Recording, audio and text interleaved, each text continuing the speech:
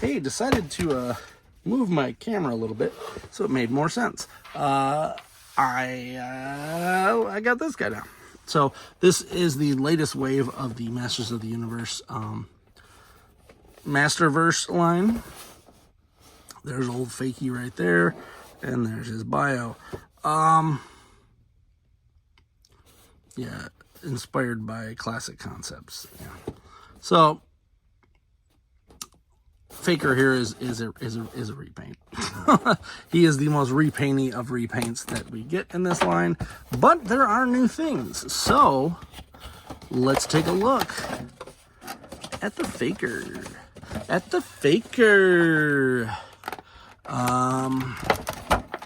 Let's pop all this stuff off. Pop.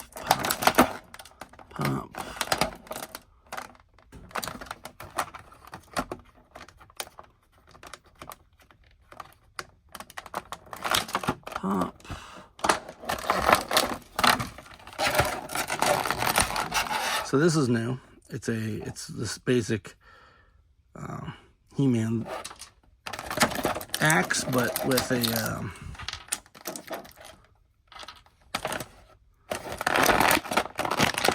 battle damage to it. So if you look here, we've seen this plenty of times. This middle piece here is reuse, feeder reuse of that guy, actually. Arms are a little different. So he does have some sort of mech stuff here, but I think that might have been from Triclops had that. And then the real kicker is that this is one of the better He-Man heads I've seen. And it's not on He-Man. So that's a little weird. This is where I have to question my life, because I'm going to unhook these. And by unhooking these, I'll probably never be able to rehook them quite the same way again. I feel like these are one-time hooks, and that's it. When they need to figure that out, because that doesn't work too well. I had that issue with Grizzlor over there, and he is impossible to rehook. There. And underneath here, you have the classic Faker chest. They went through the bother of remolding this and didn't reuse the 40th anniversary He-Man chest. And if you can see the difference in width, there is a difference in width. This is by far the better He-Man figure. If you missed out on that one, I'm sorry. Go try to hunt it down. It might still be available at Ross or something, since they decided to clearance. They clearance these way too fast. And then we still have Late Night Stratoses at freaking Target. I saw 8. It's 2 years ago we've had Late Night Stratos there. Target, clearance that out. Walmart, clearance that out. We do not want it. Do not want. Want regular gray Stratos. Not that difficult. All right. He has his power sword, which is more mechanized, so that is different. I don't remember seeing that before. We're going to put that in the back here. Pop his head back on. See what I mean, though? Like, I don't remember seeing this hair ever before. The hair is probably the most He-Man hair. Not even on that. That's still, like, disheveled hair. And that's one of the best likenesses, and it's not even on. It's not even on this. I don't get it. I really don't get it. Why this He-Man likeness is not being used on all the rest. Got fists, open hand for a sword he doesn't come, or for a shield he does not come with. Then we've got his axe, which if you look at this axe, it's pretty much the same thing. Just remodeled with the broken part on there.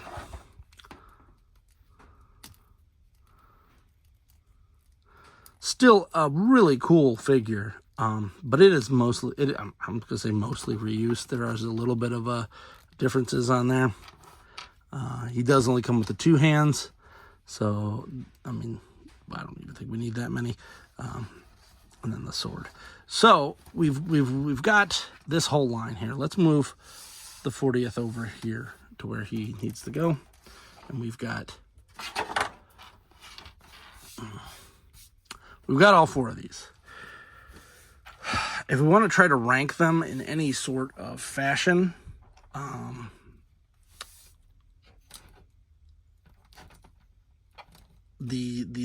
unfortunately, this guy is going to be dead last.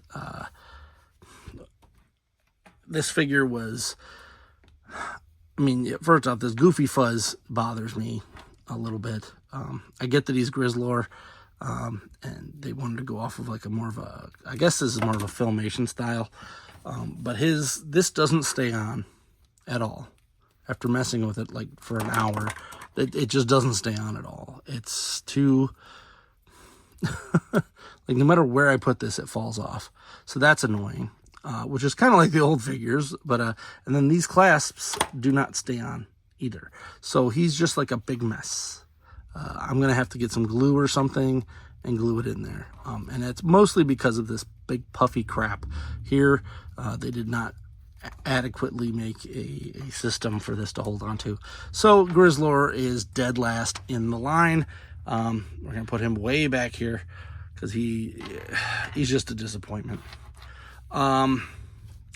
Next up's going to be Merman in that, as well as he is mostly reuse. He comes with a sword, but his sword hand does not go the correct direction. So he is always having to, like, look at me, I'm looking at a sword. I'm going to hold my sword like this. Like, this isn't what you want. And then this piece is way too floppy, and it leaves a cavity between the front and back. So they needed to either put plugs in somewhere so that we can plug it down, or just make this less floppy. I don't know why it's so floppy. I'm gonna heat this up and then try to clamp it in. But he is easily third in the wave of excitement. He does come with a multitude of hands, but I think I would have rather seen all of these hands gone for a little more QC on the rest of the figure. That's just me. Next up is going to be Faker. He is one of the better figures of this, even though he is mostly reuse. And this might just be, after so long, you just get it right. And even though there are some color differences here, and he's mostly just a reuse, this head sculpt is one of the best ones that we've gotten thus far.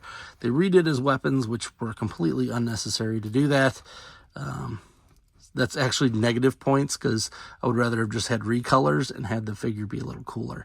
They also used the, as I said, the old style chest instead of the 40th anniversary one, and for being a Faker, kind of need that. It's still better than the Masterverse Faker from Revelation, but he is number 2 in line, and of course, by far, it is this Golden Beauty right here. He is the best of the line. Not of the line, but of the... Actually, he might be best of the line. There's so much new stuff going on in this guy, so much clear stuff. The only gripe I do have is that these feel a little bit loose. Like, one of them's good, but one of them's not. But that's negligible. The rest of him is awesome. He's just a whole bunch of fun. And you could take this off.